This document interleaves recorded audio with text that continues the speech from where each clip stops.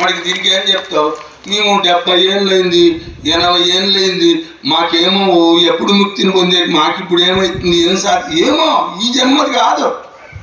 ఎన్ని జన్మల సంస్కారాలు ఉంటాయో మనకు తెలియదు. జన్మ సంస్కారం మనకి ఏమాత్రము తెలుసుకునేకి లేదు. కాబట్టి మనము గుర్తు పెట్టలేము.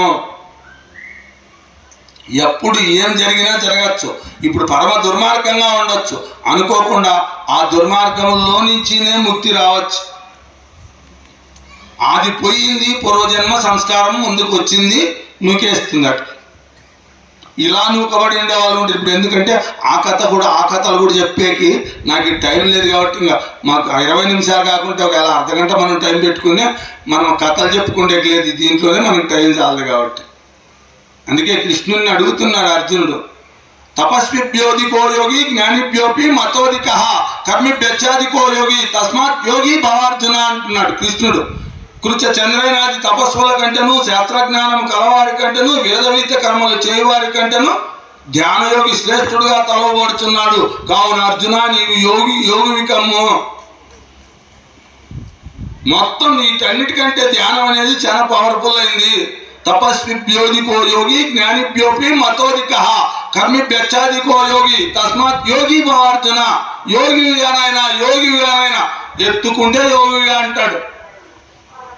కృత చంద్రనాది తపస్సుల కంటేను, శాస్త్రజ్ఞానం కలవారి కంటేను, వేద విహిత కర్మలు చేయవారి కంటేను ధ్యానయోగి శ్రేష్ఠుడుగా తలవబడుచున్నాడు.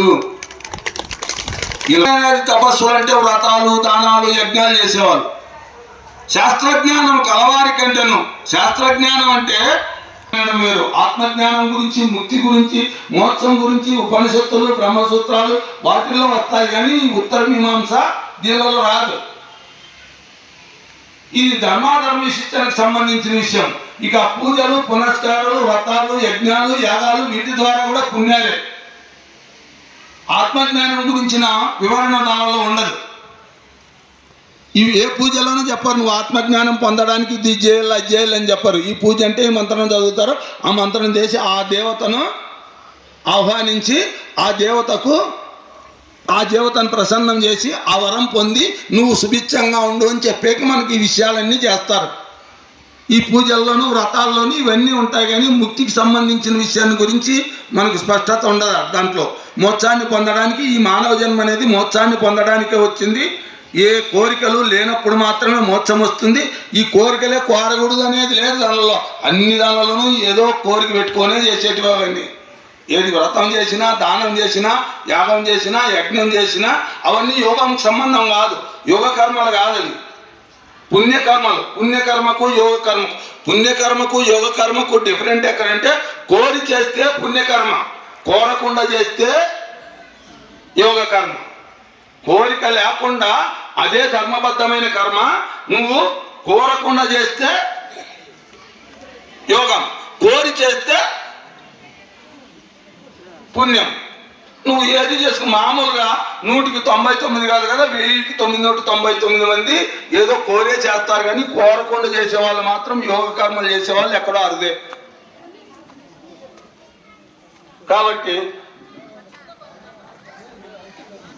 తపస్విభ్యోధికో యోగి జ్ఞానిభ్యోపి మతోధిక కర్మిభ్యచ్చాధికో యోగి తస్మాత్ యోగి ధ్యానయోగి శ్రేష్ఠుడుగా తలవబడుతున్నాడు. కాబట్టి స్థితి ఆలోచనలు పూర్తిగా పక్కన పెట్టి, ఆలోచనలు నేను కాదు అనే విషయం పూర్తిగా గ్రహించి, ఆ అవగాహనతో ఎవడైతే ధ్యానంలో కూర్చొని దానికి సాక్షిగా నిలబడతాడో, ఆ మనస్సు ఎవడైతే నిశ్శబ్దమై నిశ్చలమైపోతుందో అక్కడ ఏ కోరిక కాదు కదా, ఆలోచన కూడా ఉండదు. ఆలోచనే లేనప్పుడు కోరిక కూడా ఉండదు. కాబట్టి ఆ ధ్యానంలో కూర్చొని మేము ధ్యానం చేస్తున్నామంటూనే ఏదో కోరుకునే వాళ్ళు కూడా ఉండొచ్చు. ఆ ధ్యానంలోనే మనస్సు పని చేయకుండా, మనస్సు పనిచేయని స్థితే ధ్యానం పొందడానికి. మన స్వరూపం ఎవరో మనకు. అందుకే శ్రవణం, మననం, నిధిధ్యాసనం అంటారు. శ్రవణం వింటావు, తర్వాత ఆ తత్వాన్ని గురించి తెలుసుకొని దాన్ని విచారం చేస్తావు, మననం చేస్తావు.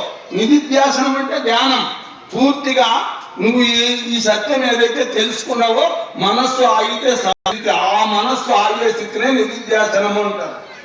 ఇక్కడ 3 స్థితుల్లో ఫైనల్లో ఉంటుంది అది నిధిధ్యాసనం. ధ్యానం అనేది హైయెస్ట్ లెవెల్లో ఉంటుంది.